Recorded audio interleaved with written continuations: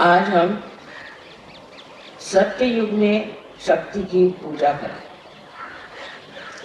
क्योंकि सत्य युग की शुरुआत हो गई है और इसी वातावरण के कारण शक्ति का रूप भी प्रकट होता है। शक्ति का पहला स्वरूप है कि वो प्रकाशमान, तेजस्वी, तेजपुंज। ये शक्ति जब प्रकट होगी पूर्णतया इस सत्य युग में, तो हर एक गलत किस्म के लोग सामने उपस्थित हो जाए, उनकी सारी कार्रवाइयां सामने आ जाए। उनकी जो कार्य प्रणाली आज तक चोरी छुपे चल रही थी और उसमें वो मगन थे, वो सब खुल जाए। हर तरह की बुराइयां, वो चाहे नैतिक हो, चाहे मानसिक हो, आतंकवादी हो या किसी तरह की भी, सत्य को पसंद न, ऐसी कोई सी भी संस्था, ऐसी कोई सी भी व्यवस्था बच नहीं सकी, क्योंकि उस पर सत्य का प्रकाश पड़ेगा। इस सत्य के प्रकाश में आप एक शक्ति की विशेष प्रकृति देखिएगा, उसकी एक विशेष आकृति देखिए। कारण मैंने आपसे पहले बताया था कि अब कृतयुग शुरू हो गया और इसके बाद सत्ययुग आएगा, और ये भी बता दिया था कि सत्ययुग का सूर्य क्षितिज पर आ गया। इसकी प्रचिति आपको मिली, इसका प्रूफ आपको मिली कि सत्य के मार्ग में जो भी असत्य लाएगा वो पकड़ा जाएगा। फिर वो सहयोगी क्यों ना, वो अपने को सहयोगी कहलाता है और गलत काम अगर करता है तो वो बच नहीं सकेगा। उसको आज तक सत्य ने बताया, बचाया, संभाला, उसकी रक्षा कर। लेकिन अब इससे आगे उसमें शक्ति नहीं, सच में वो शक्ति नहीं है कि वो सत्य के आगे ऐसे लोगों को बचा सके जो सत्य का तमगा लेकर सके। सत्य में सबसे बड़ी शक्ति आपसे मैंने कल ही बताया था कि प्रेम की है, परसों। प्रेम की शक्ति सबसे बड़ी। प्रेम का मतलब अहंकार रहित, किसी अपेक्षा के बगैर, किसी भी एक्सपेक्टेशन के बगैर प्रेम का अव्याहत साम्राज्य फैलाना, ये शक्ति कार्य करेगी। किंतु ये जो शक्ति चैतन्य की है वो आपके ही माध्यम से कार्य कर सकती। अगर चैतन्य स्वयं ही इस कार्य को कर सकता तो आज आप लोग सहयोगी नहीं बनते और सहयोगियों की कोई जरूरत भी नहीं रहती।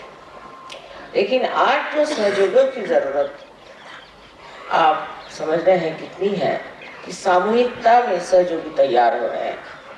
इसका कारण यह है कि चैतन्य का वहन, उसका चैनल आप लोग।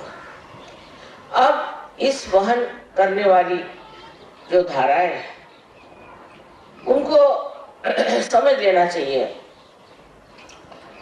कि आपको किसी भी गलत काम की ओर नजर तक नहीं उठाना चाहिए, क्योंकि आप स्वयं शक्ति से संचालित हैं।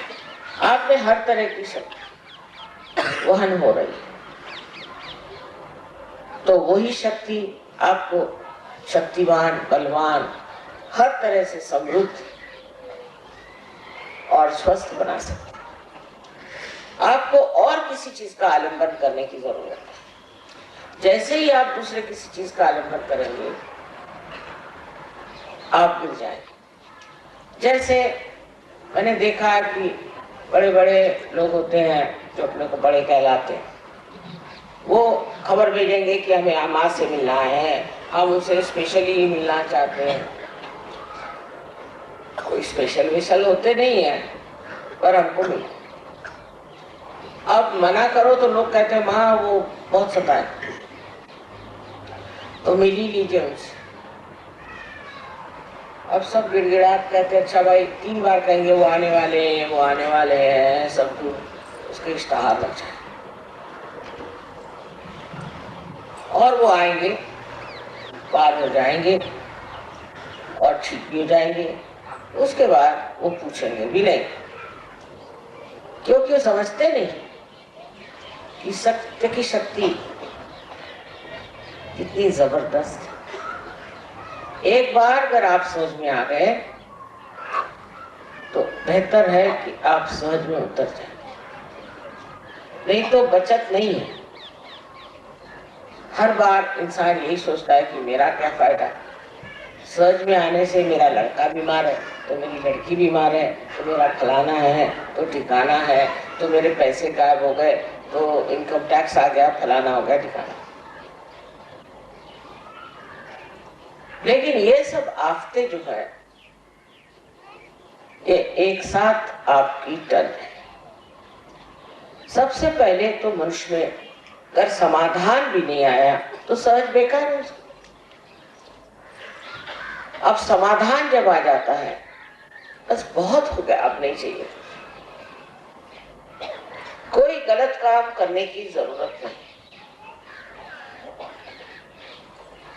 कोई से भी ऐसा काम करने की जरूरत नहीं कि जो हानिकारक हो समाज को,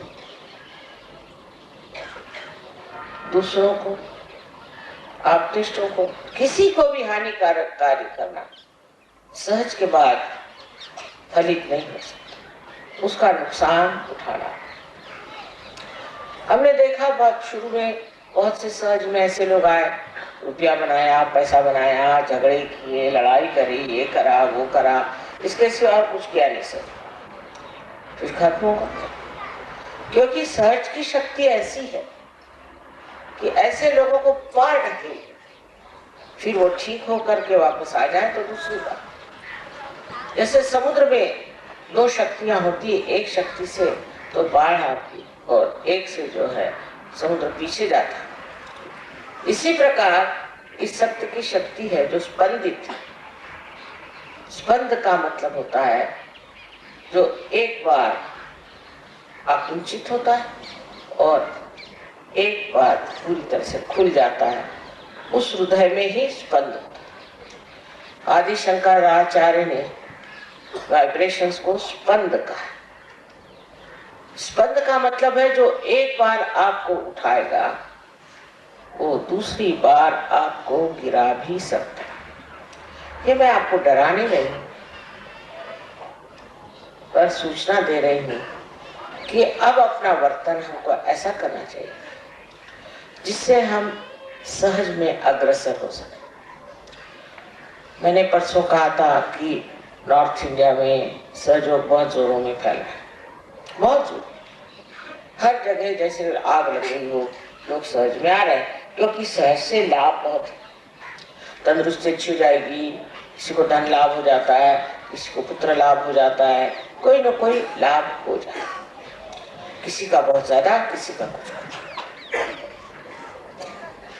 किंतु सबसे बड़ा लाभ सहयोग का ये कि समाधान, कि इससे आगे अब कुछ नहीं चाहिए, मुझे और कुछ नहीं चाहिए, मैं सब पा चुका।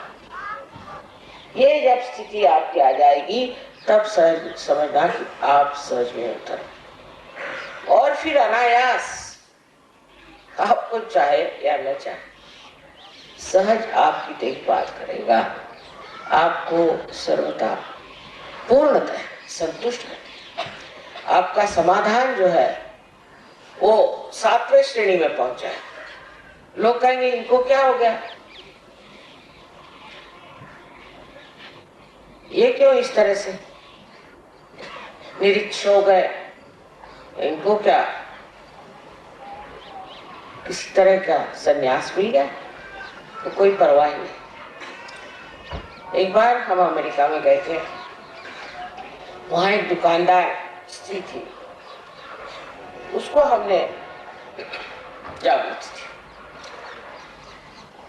तो कहने लगे कि माँ कमाल, जागृति के बाद मुझे कुछ याद ही नहीं रहता। पहले मुझे हर एक दुकान की हर एक चीज, कौन सा चीज आई, कौन सी चीज गई, क्या मिला क्या नहीं मिला, हर एक बात की मुझे पूरी परवाह रहती और हर एक चीज मैं लिख लेती थी।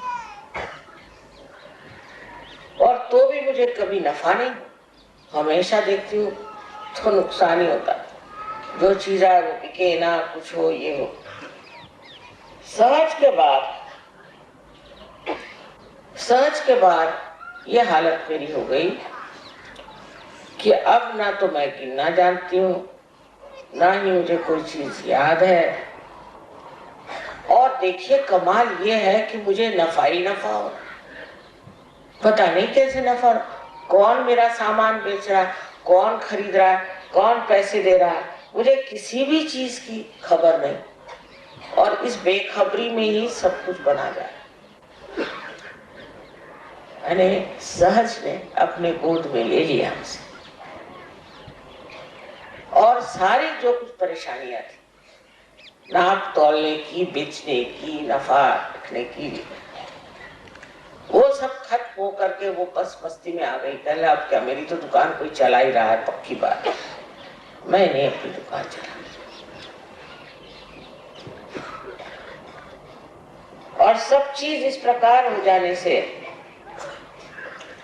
मनुष्य समझ जाता है कि अब मैं समाधान की 7वीं मंजिल पे पहुंच गया। उसको सोचना भी नहीं, विचारों से परे ये दशा है। अब इसका कारण ये है कि सहज से पहले हम विचारों पे रहते हैं, हर चीज आप गिनते रहते हैं, हर चीज आप नापते रहते हैं, घड़ी हर बार आप देखते रहते हैं, और हर समय आप देखते हैं कि कुछ न कुछ चूक जाता है। बहुत हिसाब किताब रखने पर भी आप देखते हैं कि सर दर्द हो गया, लेकिन कोई फायदा नहीं, क्योंकि सहज में आपने ये कार्य अपने ऊपर कैसे ले लिया। तो सहज कार्य, स्पॉन्टेनियस, सहज में सब चीज एकदम सहज हो जाती है। ये आपको धीरे धीरे तो अनुभव आते रहेगा, लेकिन सहज पे निर्भर हो जाना, ये शक्ति आज सत्य युग में कार्य कर रही है। जिस दिन आप पूरी तरह से सहज में निर्भर हो जाए तो सारा ही आपका जीवन ही सुचारू रूप से पूरी तरह से प्लावित हो जाए, और आपको किसी भी प्रकार की दखल लेने की जरूरत नहीं। एक बार हमारे यहाँ चोरी हो गई, हमारी सब साड़ियाँ चोरी हो गई। मुश्किल से एक साड़ी सिल्क की बची, वही पहन करके मैं सारी पार्टी में जाती थी, उसी में जाती। हमारे पति भी सोचने लगे कि इनको क्या हो गया, एक साड़ी पहनती है। मैंने कहा मेरे पास अभी एक ही है, अब आप लोग इतनी साड़ियाँ मुझे देते हैं कि मैं मना भी करती तो साड़ी पे साड़ी, साड़ी पे साड़ी। तो मैंने कहा कहीं द्रौपदी वस्त्र हरण का अगर इंतजाम करें तो कुछ ठीक हो जाए, क्योंकि ये रखूंगा मैं तो पहनती भी नहीं है सब साड़ी। लेकिन समाधान मिलना यही सबसे बड़ा बख्शिश। अब समझ लीजिए हमें कोई चीज पसंद आई और उसके लिए हम दौड़ रहे हैं कि हमें ये चीज चाहिए, वो चीज चाहिए, जरूरी चाहिए, उसके लिए मरेंगे, वही चीज लेनी है, हमने वो देखी, हमें पसंद नहीं है, मर मुरा के भी कर्जा लेके ली चाहे जैसा, और उसके बाद उसके और देखते नहीं, फिर दूसरी चीज की और देखने लगे। जो चीज पाई उसी का सुख है, उसी को देखना नहीं। आजकल इतने सुंदर फूल खिले हुए दिल्ली शहर में, मैं वही रास्ते पर देखने आ रही थी, इतने सुंदर फूल खिल रहे हैं पेड़ों पर। आप में से न जाने कितनों ने देखे हैं कि नहीं देखे। अब ध्यान का, ध्यान आपका अगर अपने आत्मा पर है तो आत्मा वही चीज दिखाए जो सुखदायी है, जो आनंददायी है, और उसमें फिर स्वार्थ असल में पाया जाता है, क्योंकि जिसमें आप स्व का अर्थ जानते हैं। कैसे शब्द लगाए देखिए, अपने जो बड़े पुरखे हो गए पूर्वज, उन्होंने ढूंढ ढूंढ के शब्द लगाए कि तू स्वार्थ ढूंढ। स्वार्थ का माने स्व का अर्थ। पहले लोग सोचते स्वार्थ का मतलब पैसे कमाओ, ये करो वो करो वो करो, पर उसमें सुख नहीं मिला। जब खोजते खोजते आप पगले हो जाएंगे तब फिर आप स्व की ओर दौड़े। इसलिए उनका पहले तू स्वार्थ खोज, इसमें तेरा क्या स्वार्थ है वो देख, इसमें तेरा कौन सा फायदा है। सहज धारा में जब आप हैं तब इस सत्युग में आपको जान लेना चाहिए कि आपको जो संभालने वाला है, देखने वाला है, उसके करोड़ों हाथ और उसके आंचल में आप चले गए। अब क्यों गलत काम करो, क्यों ऐसी वैसी बात करो जिससे कि आप पकड़ में आ जाए और बेकार में परेशान हो जाए। और अगर आप किसी चीज में पकड़ में आ भी गए तो भी ऐसे छूट जाए। उदाहरण के लिए बताएं कि हमने 5 मूर्तियां खरीदी मिट्टी की कनाडा में, बहुत सुंदर थी। सोचा ऐसी मूर्तियां हमारे यहाँ बने। अब सिर्फ मिट्टी की मूर्तियां 5 तो हमारे कस्टम वालों ने उसके दाम 18,000 लगा दिए। मुझे बड़ी हंसी आई कि मिट्टी की मूर्तियों की 5 की क्या दाम 18,000 हो सकता है क्या? 18 रुपए भी नहीं होंगे। मैं हंसती रही। तो पुलिस वालों के पास खबर गई तो वो भी हंसने लगे। उनका देखिए क्या तमाशा है, इसके दाम 18,000 हो सकते हैं। और वाकई में वो सब छूट गया क्योंकि गलत चीज में पकड़ा उन्होंने। तो सहज उसे अपने आप ही सब चीज को ठीक कर, जिसकी जरूरत है, जो जरूरी होना है, जिसकी आवश्यकता है, वो कार्य सहज ही कर देता है। तो सहज पे चीज छोड़ना आना चाहिए। सबसे बड़ी बात है ये चीज सहज पे छोड़ना।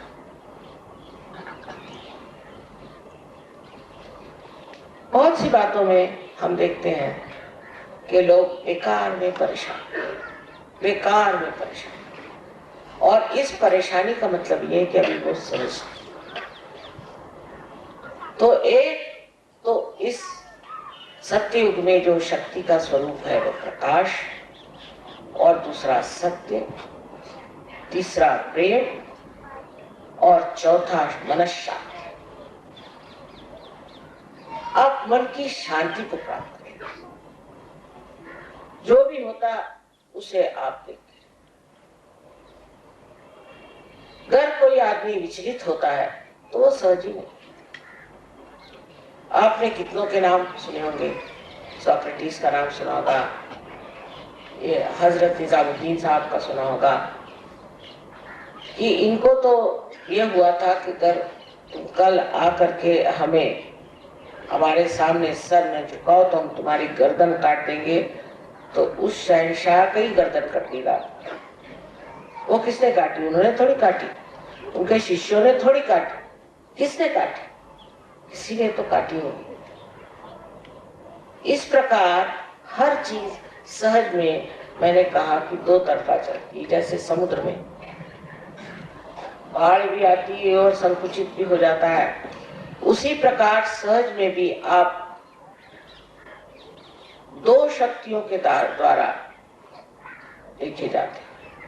पहली शक्ति से बढ़ावा और दूसरी शक्ति से आपको निकाल दिया जाता है। एक बार सहज से आप निकल गए तो फिर हमारा आपका कोई सरोकार नहीं, हमारे ऊपर आपका कोई अधिकार नहीं। कोई भी आपको अगर हमारे पर अधिकार जताना है तो पहले सहज में घुल मिल लेना चाहिए।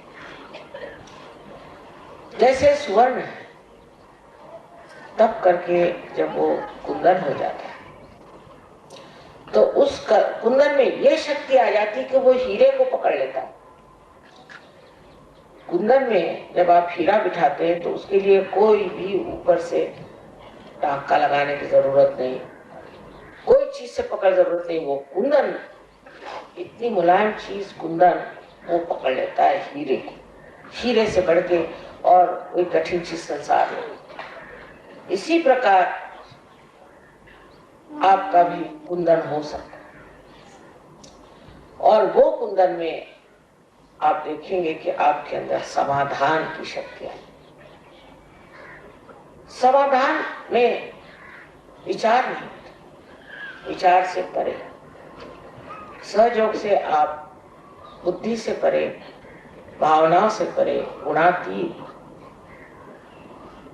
एक ऐसी दशा में है जहां कोई विचार नहीं, कोई विचार। आप किसी के तरफ देख करके उस पर कोई विचार नहीं करते, देखते। ये विचार करने की, जिसको रिफ्लेक्शन कहते हैं, जो कुछ बात हुई फौरन विचार शुरू, किसी चीज को दिखा तो विचार शुरू। लोग पगला जाते हैं विचार करके। एक साहब ने मुझे स्विट्जरलैंड में कहा कि माँ चाहे मेरी गर्दन काट दो, मेरे विचार के तूफान से मुझे बचे। वो डॉक्टर थे। तो ये जो विचार हमारे अंदर अहंकार की वजह से या संस्कारों की वजह से हमारे अंदर बंधे हैं, और उसको बांधने वाले और भी बहुत लोग। किताबें पढ़ो, कहीं कोई गुरु के यहाँ न जाओ, किसी से मिलो जुलो, बातचीत करो, वाद विवाद करो। रामदास स्वामी ने कहा है, मिटे वाद संवाद ऐसा करा, जिससे तुम्हारा वाद विवाद का स्वभाव ही बदल जाए, ऐसी बातचीत करो, माने वाद विवाद मत करो। ये बात बिल्कुल सही कि हम लोग सहज में आते हैं तो भी हर एक चीज का हम विचार करते हैं, लेकिन सहज का चमत्कार हम जानते नहीं कि जब हमने अपने को सहज के हवाले कर दिया, पूरी तरह से हम सहज के हवाले हो गए, तो विचार भी सहज ही करेगा और सहज ही उसका हल भी करेगा। जो हम नहीं जानते, पर प्रश्न हमारे चारों तरफ। अब आज मैंने कहा था, समझ लीजिए 3 बजे, मैं जानती थी सब लोग घर गृहस्थी के लोग हैं, 3 बजे कैसे पहुंच पाए। देरी होने वाली, उसमें कोई हर्ष नहीं, आराम से आए, आराम से चलो। बहुत बार आदमी सोचता है कि मेरा रास्ता भूल गया,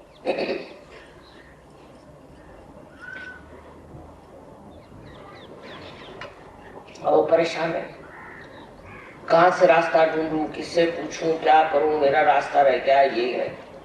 अगर आपका रास्ता खो गया है तो सहज के का आपको किसी से मिलना है, या आपको किसी चीज से गुजरना है, या वहां कोई चीज का आपको अनुभव लेना है, इसीलिए आपका रास्ता खो। उसकी चिंता करने कौन सी बात। आखिर आप करने क्या वाले, कोई लड़ाई है, युद्ध है, वहां जा रहे हैं, और युद्ध में भी अगर सहयोग इच्छा है तो वो युद्ध तो जीत लेंगे, लड़ेंगे वड़ेंगे कुछ नहीं।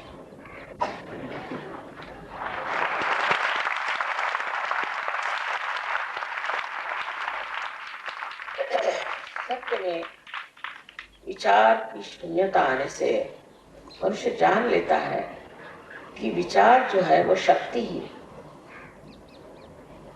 और जहां जहां जिन देशों में बहुत लोगों ने विचार पे निर्भरता रखी। जैसे अमेरिका का देश है, तो फ्रॉइड जैसे गधे आदमी पर, गधे से भी ज्यादा करने से मुझे इतनी गालियां नहीं आती, ऐसे महामूर्ख दुष्ट आदमी को उन्होंने भगवान माना और हर समय वो ये सोचते हैं कि हमको आनंद उठाना चाहिए और हर आनंद ऐसा बनाया हुआ है कि उससे वो नष्ट हो जाए। हर एक चीज, जो उनकी कोई चीज ऐसी है ही नहीं कि जिसमें नष्टता की भावना, और जब तक वो नष्ट नहीं होते तब तक वो सोचते नहीं कि उनके आनंद की परिसीमा होगी। जैसे उनके खेल देखी, पहाड़ों पे जाएंगे, वहां स्कीइंग करेंगे और टंगियां टूटेंगी, किसी की किडनी गायब, किसी का कुछ, अब सामने दिखाई दे रहा है और वहीं जाएंगे। हमारे नसीबी जहाँ रहते थे वहाँ एक चर्च होता था और चर्च के पास एक पब भी, दोनों साथ। अब जो लोग पब में जाते थे वो देख रहे हैं कि अंदर से लड़खड़ाते हुए लोग आके नीचे जमीन पर गिर रहे, और ये क्यों लगा के अंदर जाते थे कि हमें भी ऐसे बनाओ, हम भी लड़खड़ाते हैं। यानी विचार से अकल मारी जाती है। ये अकल से जो जो काम किए गए मनुष्य ने, अहंकार, वो सब गलत हो, इसी से उनका भोग हम लोग उठा रहे हैं। लेकिन अगर आत्मा के प्रकाश में वो कोई कार्य करता, प्रकाश में कोई सा भी कार्य सुचारू रूप से ही होता है, ठीक ढंग से होता है, समझदारी से होता है। लेकिन ना सूझबूझ ना समझदारी इस विचार में है, क्योंकि इसमें वो चेतना ही नहीं। तो आज जब सत्य का समय आ गया और जब हम सत्य के मार्ग में चलकर, तब पीछे मुड़ के देखने की कोई भी जरूरत नहीं, क्योंकि आपके साथ सबसे बड़ी शक्ति प्रकाश, आप प्रकाश में, और प्रकाश भी ऐसा कि जिसमें आपकी छाया नहीं, आगे भी प्रकाश, दोनों तरफ प्रकाश और पीछे भी प्रकाश। लेकिन ये प्रकाश की ज्योत आपको पूरी तरह से प्रज्वलित करनी, उसके लिए छोटा सा मार्ग मैं बताती हूँ कि आप सब लोग ध्यान करें। वो भी नहीं होता, विशेषकर स्त्रियों के लिए कहा जाता कि ये लोग ध्यान व्याने, सारा चित्त खाना बनाना, बच्चों में, इसमें उसमें टिकटा। आश्चर्य कि औरतों को तो सबसे पहले ध्यान करना, क्योंकि वो समाज की शक्ति पहले। स्त्री का सबसे बड़ा कार्य यह है कि वो समाज को बनाना, ये नहीं कि वो कोई कहने लगे कि रशिया में औरतें मोटरें चलाती हैं और ट्रेनें चलाती हैं और वो एरोप्लेन चलाती हैं, तो उन्होंने कौन सी बड़ी बारी कमाल कर दी। अपने आदमियों को नौकरी नहीं, आप लोग क्यों चाहते हैं कि मोटरें चलाएं और टैक्सी चलाएं। आपका कार्य समाज को सुव्यवस्थित करना है, समाज को आपको बांधना है, बनाना है, और उसके लिए एक समाधानी नीति, एक सूझबूझ होनी चाहिए। और इस सूझबूझ के साथ एक स्त्री के लिए विनम्रता है। नम्रता स्त्री में नहीं हो तो वो मर्द हो गई। वो अगर हावी हो जाए और हर चीज में वो सोचे कि मुझे आदमी से मुकाबला करना है, तो गलत बात है। ये भी कोई मुकाबला करने की चीज है? आप स्वयं शक्तिशाली हैं, आपको क्या जरूरत है किसी का मुकाबला करने। मैं बार बार इसलिए कह रही हूं कि जिस जिस देश में औरतों ने सामाजिक स्थिति का भार अपने सर पे नहीं लिया, वो देश आज डूब रहे हैं और खत्म हो जाए। अपने बच्चों को संभालना, घर में व्यवस्थित रहना, ये बड़ा भारी कार्य है। हाँ, अगर जरूरत पड़े नौकरी कर लीजिए, पर जैसे आदमियों के लिए मैं कहते कि अच्छा ठीक है, आप लोग अगर खाना बनाना चाहते तो बनाए, कोई हर्ष नहीं, सीखना चाहिए, पर वो उनका मुख्य कार्य है। इसी प्रकार स्त्री के लिए जरूरी है कि वो अपनी शक्ति को प्रज्वलित करे, और इस देश की औरतों ने ही यहाँ का समाज रोका है, ये मान लीजिए, लेकिन जबरदस्ती से नहीं, प्रेम से, और वो भी प्रेम निर्वाच। इस देश में ऐसी ऐसी औरतें हो गई हैं, कन्नादाई जिसने अपने बच्चे को युवराज को बचाने के लिए कटवा दिया, ऐसी ऐसी इस देश में। लेकिन ये इतिहास मात्र है। मैं कभी फॉरेन में बताती हूँ कि पद्मिनी ने 3000 औरतों के साथ जोहार किया, तो वो विश्वास ही नहीं करते, ऐसे कैसे हो सकता है। मैंने कहा थी हमारे देश में ऐसा, आज उन्हीं के बलबूते पर हम लोग आज तक टिके हैं। ये तो जिस तरह का अंधकार इस देश में चला हुआ है, ये कब का खत्म होगा। उन्हीं के पुण्याई पर आज हम लोग चल रहे हैं। वही पुण्याई आज इस सतयुग में एक विशेष रूप धारण करके सामने, उसका चमत्कार आप देखिए। रोमानिया के लड़के कल कैसे गाना गा रहे, इन्होंने कभी अपने सरगम तक सुने नहीं, कुछ इनको शिक्षा नहीं मिली। कल वो बता रहे थे बड़े वादक कि साहब इसके लिए तो सालों तपस्या करने पर भी ये हाल नहीं आता, ये कहां से कैसे होगा। चमत्कार ही है ना। आपके भी जीवन में सहज के बाद अनेक चमत्कार है, पर तो भी आप अपने विचारों पे ही निर्भर रहे। तो उस पर भी रामदास जी ने कहा है, अल्पदारिष्ट पाए। परमात्मा का तो अच्छा, तेरा थोड़ा सा जो धीर चला है कर, तो जो करना है प्रयत्न।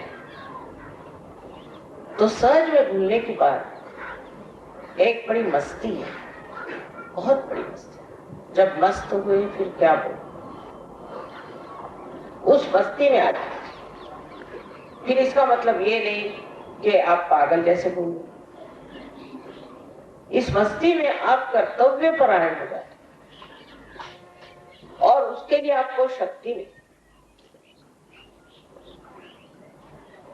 अगर आप शक्ति चाहते हैं तो उसके लिए सबसे पहले सहज में आप पूरी तरह से सब दुनिया भर की चीज छोड़। आप किसी को पैसा चाहिए, किसी को सत्ता चाहिए, किसी को ये चाहिए, किसी को वो चाहिए। इसने कह दिया मुझे कुछ नहीं चाहिए, अब हो गया, चाहत सब खत्म हो गई।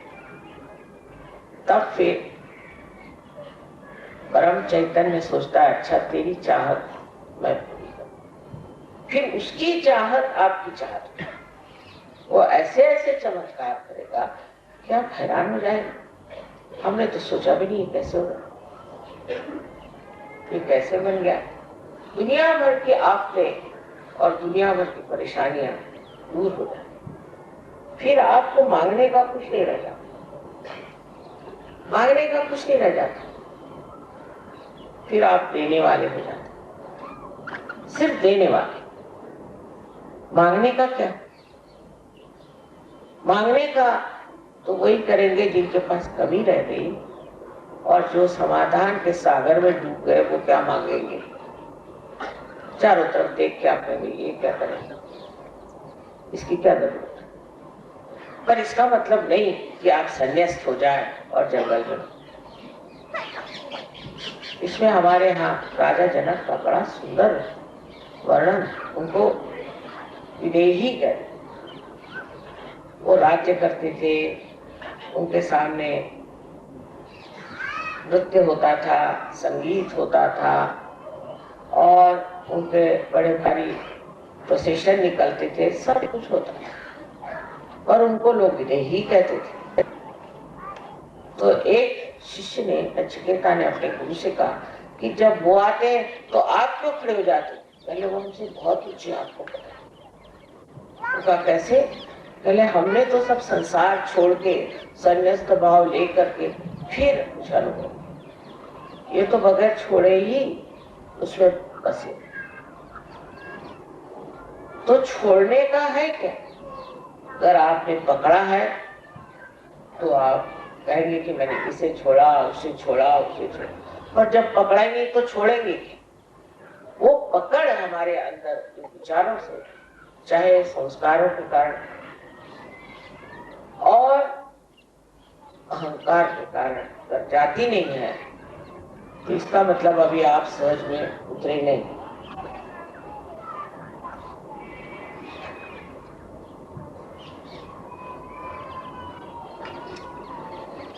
किसी भी चीज की पकड़ तभी होती है जब उस चीज को हम इतना महत्वपूर्ण समझते हैं।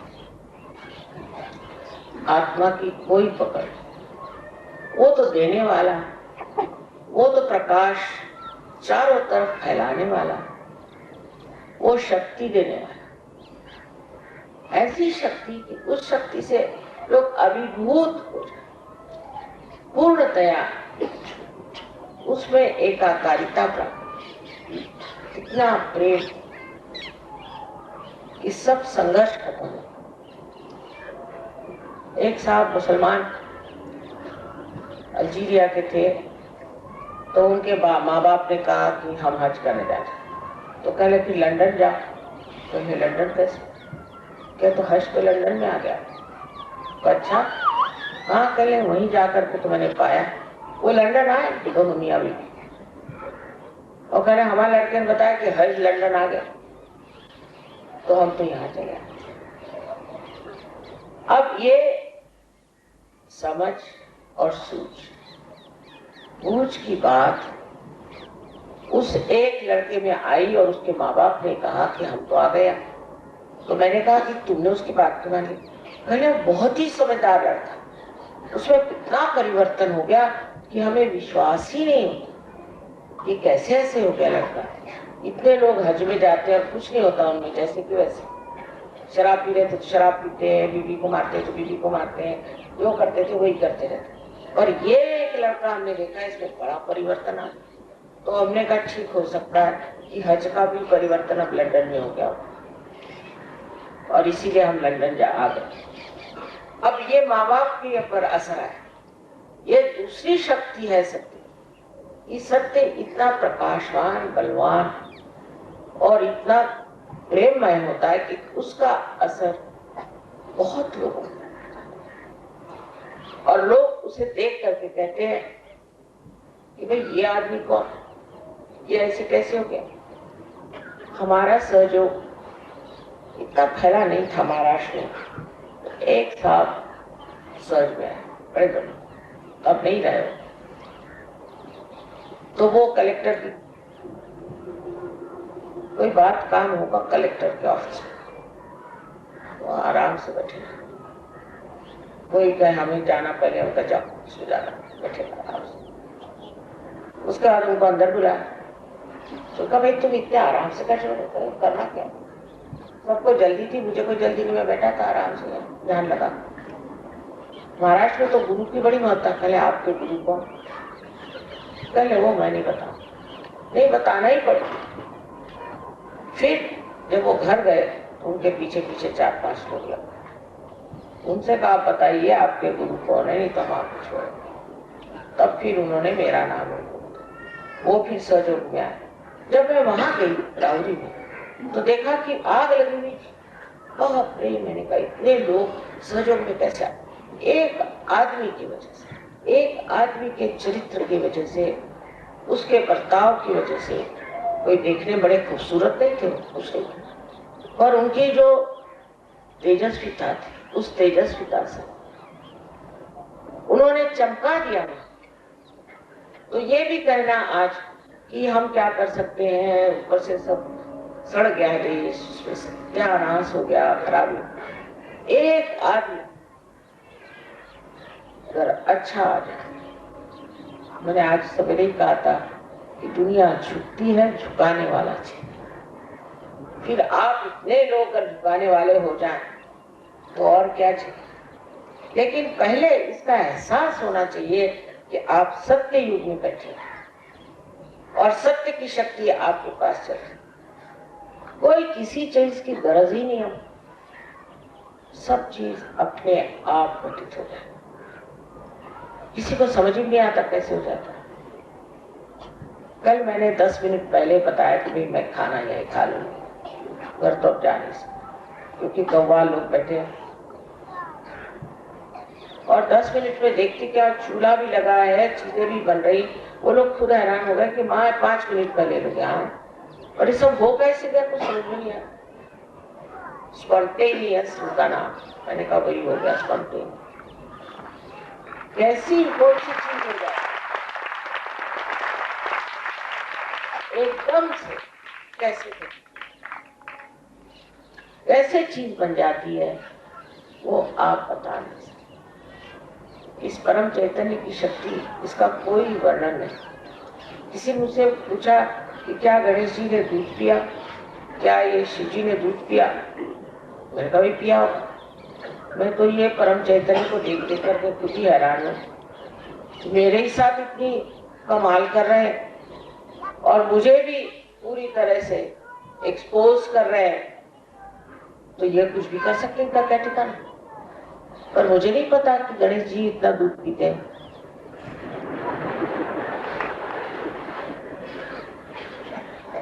बहरहाल, तो अब चीज पे आश्चर्य करने के सिवाय और कुछ रह गया। जैसी जैसी बातें हो रही हैं आप देख रहे हैं, उस पर भी आप अपने ऊपर निर्भर है तो ठीक है, चल ले। आप मान लीजिए कि आप सत्य युग में उतर आए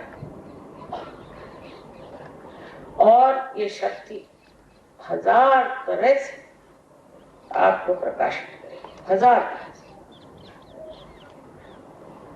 न जाने कितने आपके अंदर के गुण खिल सकते, और आप सिर्फ एक शब्द जो शिरडी साईनाथ ने कहा था कि सबूरी की जरूरत है, पर ये सबूरी भी सोच समझ के नहीं, अच्छा सबूरी करो ऐसे कहने की जरूरत नहीं। ये सबूरी जो है ये एक स्थिति, उसमें सब कुछ आता है। एक स्थिति है, उस स्थिति में अगर आप उतर गए तो किसी को कहने की जरूरत नहीं, किसी को बताने की जरूरत नहीं, वो अपने आप ही सब कुछ घटित हो। ऐसी ऐसी बातें कि जो सोच भी नहीं सकते ऐसे घटित हो। इसके अलावा एक बात और विशेष कि आप इस भारतवर्ष में पैदा, बहुत बड़ी बात, पूर्व जन्म के अनेक अनेक पुण्यों के कारण ही इस योग भूमि में आप, और इसी में शक्ति पहले आएगा और दुनिया देखेगी कि शक्ति क्या चीज, इसका चमत्कार।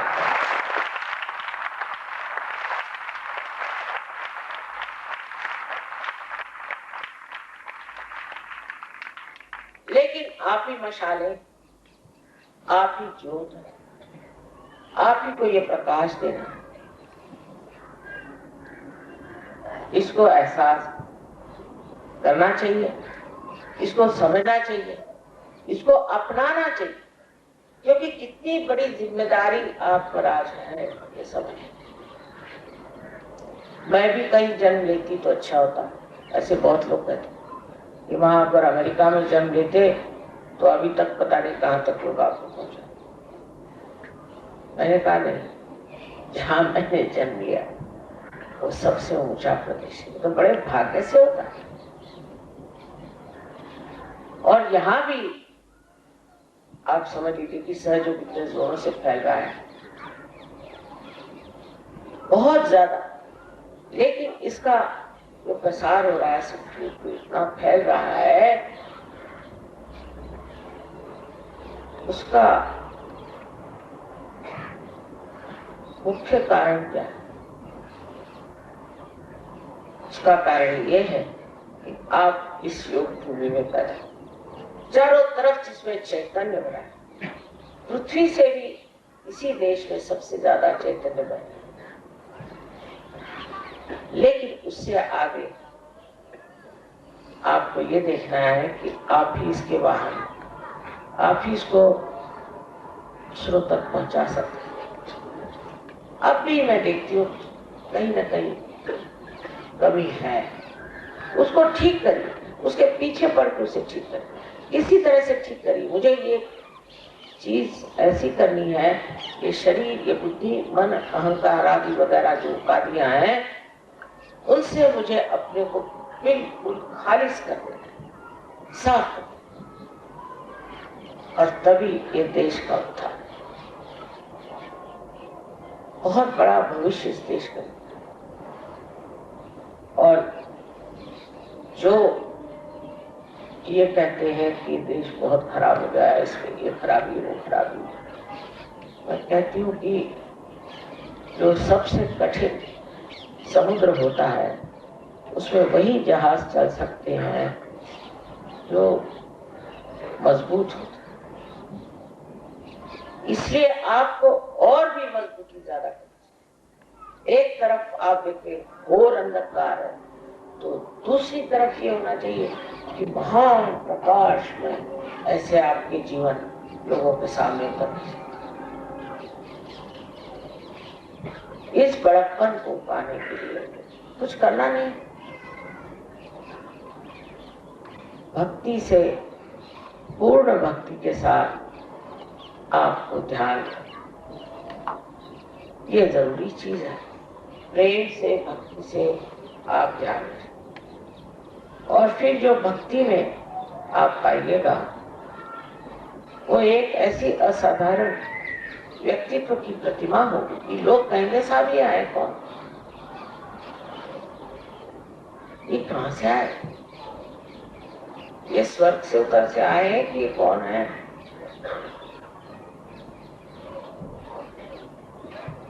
यही आज क्षमता आप रखते हैं, यही आपका पोटेंशियल है।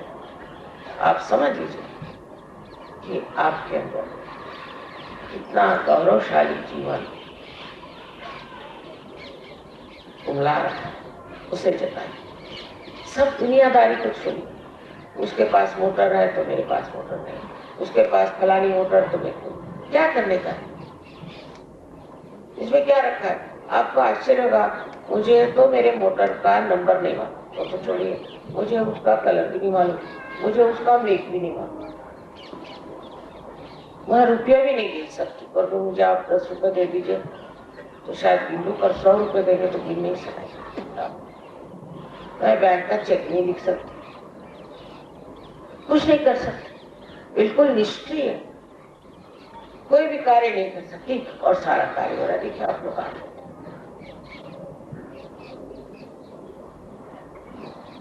इसकी सूझबूझ अगर आपके अंदर जग जाए तो आप अपने को अंदर से सफाई कर, चक्र साफ करना ध्यान, और इससे ही सारे दुनिया का उद्धार, जो मैं कह रही हूँ बार बार किसी भारतवर्ष से होना है, उसकी दारोमदार आप हो। तो आज के इस शुभ अवसर पे आप मन में सत्य के रास्ते पे खड़े, सब देखिए कितना चमत्कार। अरे अगर आप इस रास्ते पे नहीं है तो सत्य आपकी मदद कैसे करेगा। अगर आप गली कूचों में घूम रहे हैं या इस ट्रैफिक में फंस रहे हैं तो सत्य आपकी कैसी मदद करेगा। इसलिए आप आज निश्चय करें कि हम इस देश का भाग्य उज्जवल करें, अपने चरित्र से और अपने समय शक्ति से। इतना अगर आप अपने अंदर संभालें और सारी गलत बातें छोड़ दें। अब हम जैसे बहुत सारा सामान लाए, सबको प्रेजेंट देने, सब सहयोगियों को प्रेजेंट। अरे वो कस्टम वालों को दिखाई नहीं, उनको दिखाई नहीं दिया, वो सोचते कुछ है ही नहीं।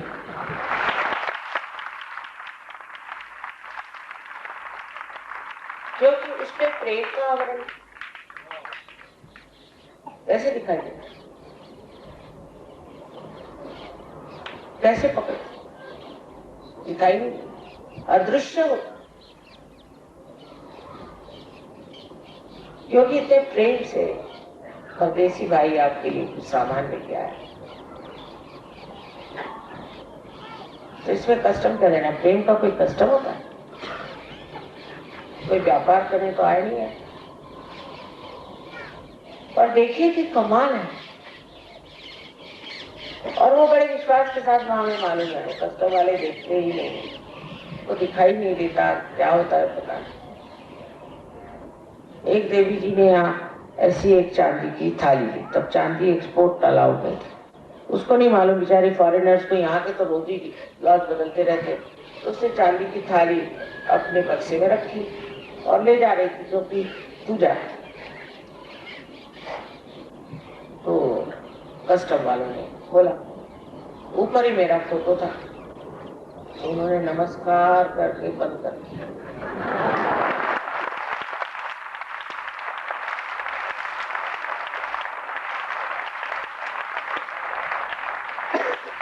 इसी आदान प्रदान से हमारे सब प्रॉब्लम सॉल्व होते। अब वो कहते हैं कि यहाँ वीजा नहीं देंगे, तो ये कहेंगे हम भी नहीं देंगे, तू भी इतना रुपया लोगे तो हम भी इतना रुपया लेंगे। ये सब खत्म हो जाएगा, एक दिन ये सब खत्म होना है, क्योंकि सब हम एक ही हैं। ये सारा विश्व एक है, लेकिन मनुष्य के दिमागी जमाखर्च से ये अलग अलग बच जाए। यही बात धर्म की है, यही बात हर एक चीज की है कि दिमागी जमाखर्च से इंसान अलग अलग इसमें बट गया। और सहयोग सब का एकत्रीकरण ही नहीं है, सिर्फ समन्वय ही नहीं है, और समग्रता है। सबके तत्व को एक साथ बांधने वाली ये शक्ति आज चलायमान है, उसका आप सब लोग उपयोग करें, क्योंकि ये आप ही के अंदर से प्रकटित होता है। आप सबको आनंद आए।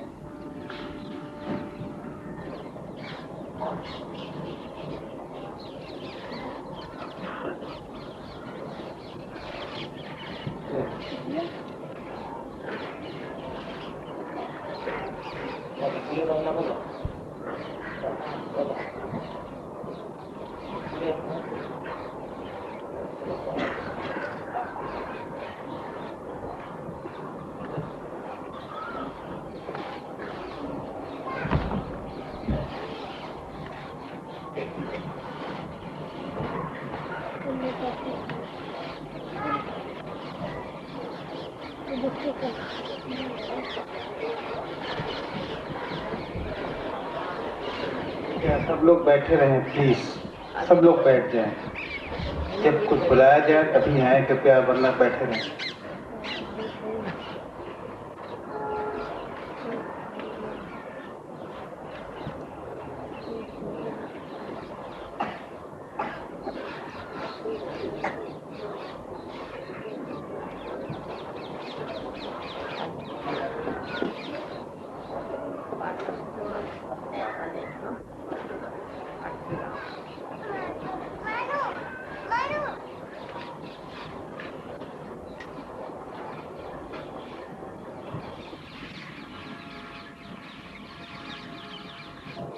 आठ से 10 साल के सिर्फ 40 बच्चे, 8 साल से 10 साल के बीच के, कृपया छोटे बच्चे आगे ना आए, अपनी अपनी जगह पर जाकर बैठ जाए। जाओ बेटे। किसी बच्चे को जबरदस्ती मत करिए।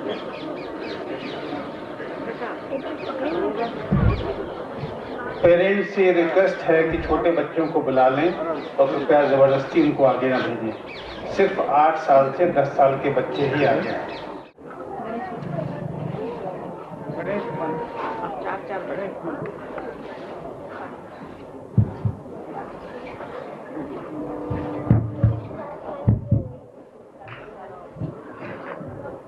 श्री गणेश का मंत्र।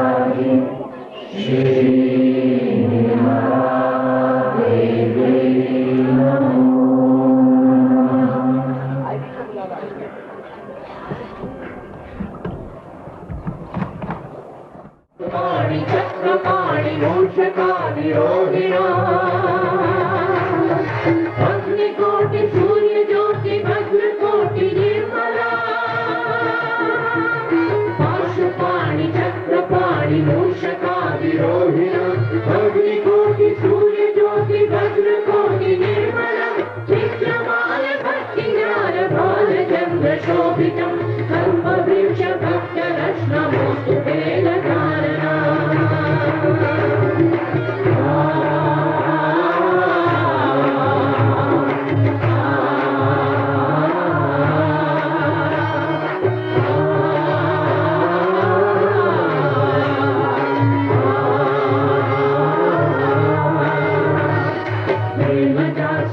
भजे गणेशमीशनन्दनम् एकदन्तवक्रतुण्डनादयज्ञ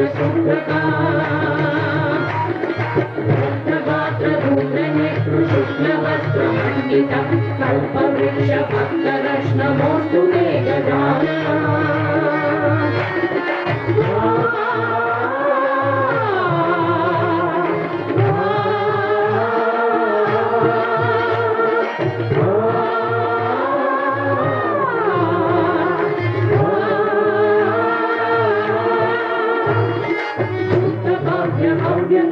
मधुरभागवल्तिका प्रीत्यवहिनी कालजाल लोकपालवन्दिका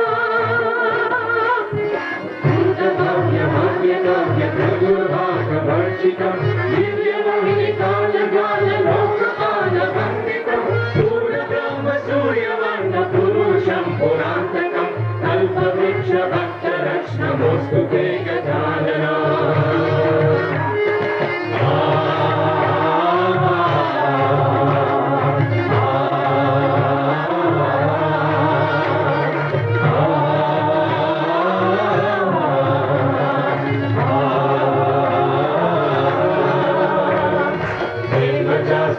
भजे गणेशमीशनन्दनम् एकदन्तवक्रतुण्डनादयज्ञ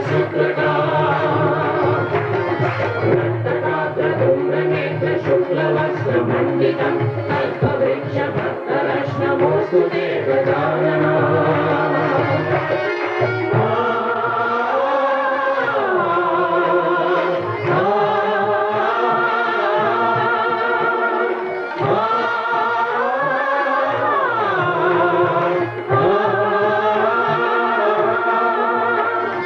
विश्ववीर्य विश्वसूर्य विश्वकर्म निर्मला विश्वभक्त विश्वकर्म यज्ञ पूजिता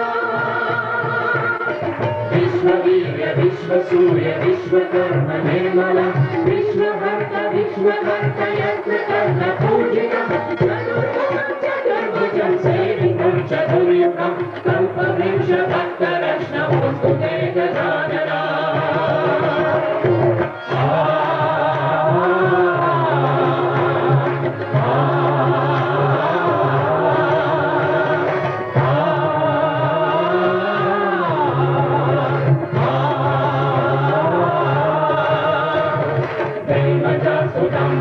गणेशमीशनन्दनम् एकदन्तवक्रतुण्डनादयज्ञ रक्तगात्रधूम्रनेत्र शुक्लवस्त्रमण्डितं कल्पवृक्षभक्तरत्नमोऽस्तु ते गजानना।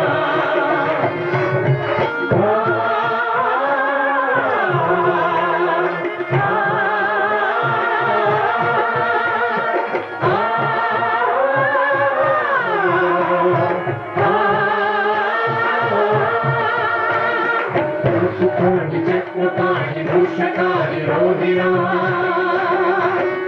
अग्निकोटि सूर्यज्योति भद्रकोटि निर्मला पाशुपाणि चक्रपाणि भूषकारि रोहिणा अग्निकोटि सूर्यज्योति भद्रकोटि निर्मला चित्रवालभक्तिजाल बालचन्द्रशोभितं कल्पवृक्षभक्तरत्नमोऽस्तु ते गजानना।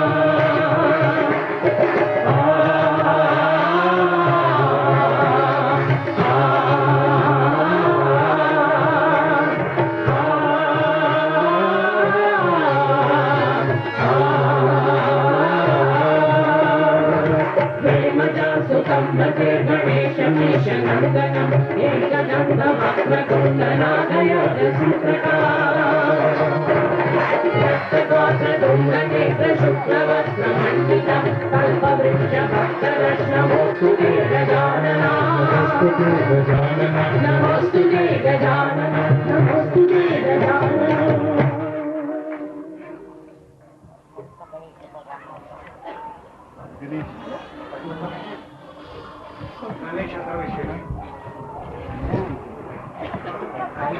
रोका क्यों रोका बेटा?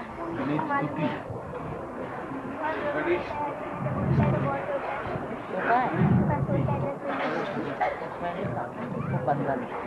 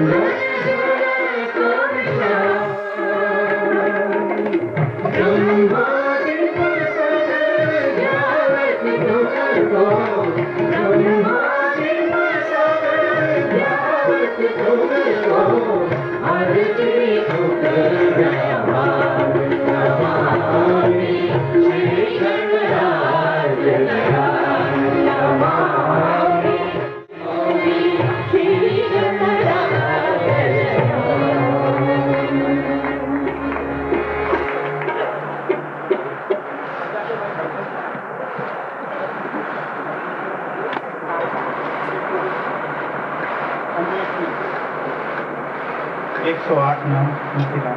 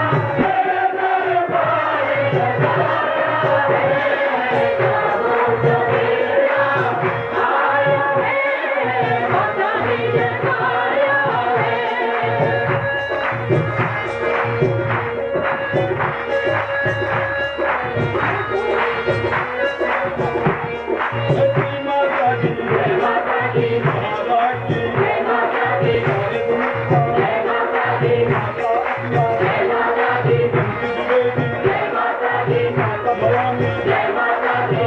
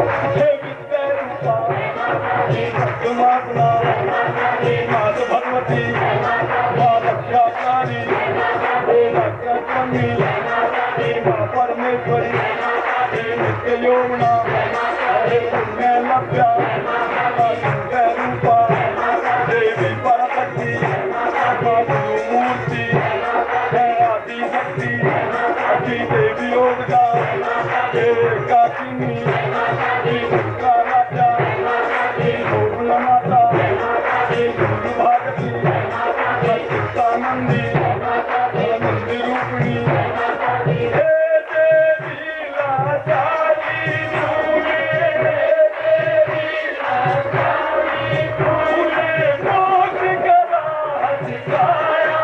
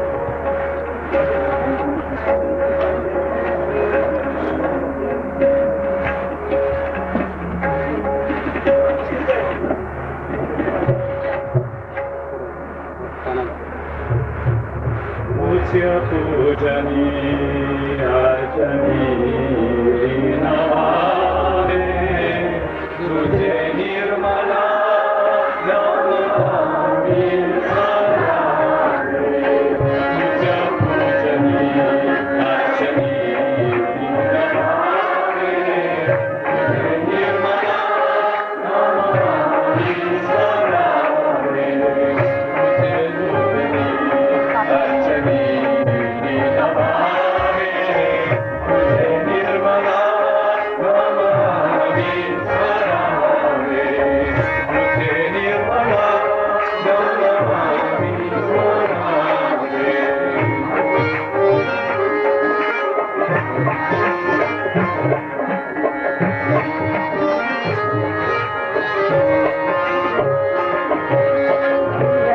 दर्शनाला आम्ही रोज यावे तुझ्या मंदिरी गीता आम्ही मागावे तुझ्या दर्शनाला आम्ही रोज यावे तुझ्या मंदिरी गीता आम्ही मागावे तुझ्या कीर्तनी जपिला तुझे जावे तुझे निर्मला नमामि स्मरामि तुझ्या पूजनी अर्चनी नमामि तुझे निर्मला नमामि स्मरामि तुझे निर्मला नमामि स्मरामि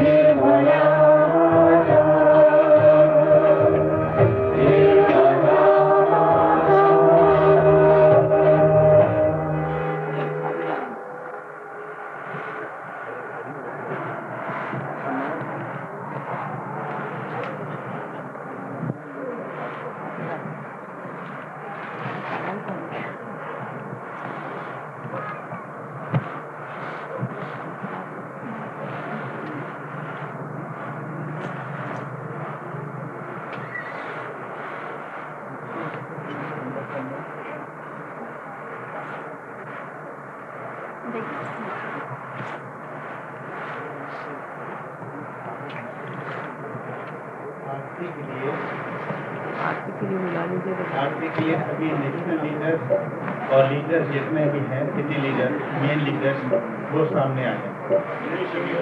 all the national leaders from foreign countries please come forward for the Aarti.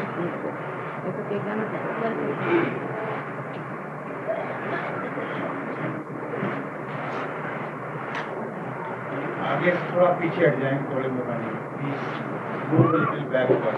Thank you. And nobody will take photograph until unless called for.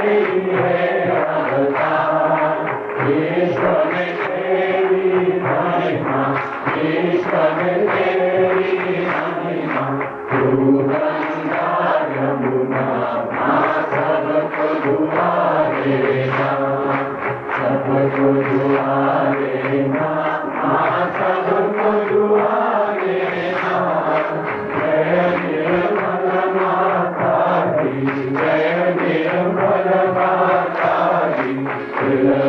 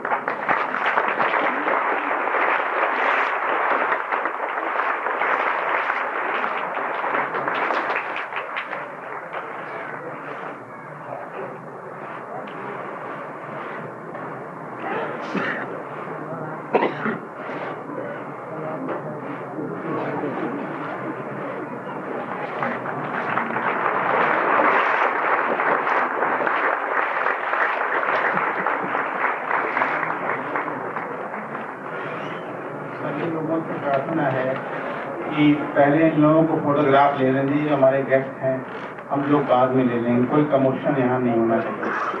Please take one photograph and move forward, there should be no commotion in front. The puja is still on.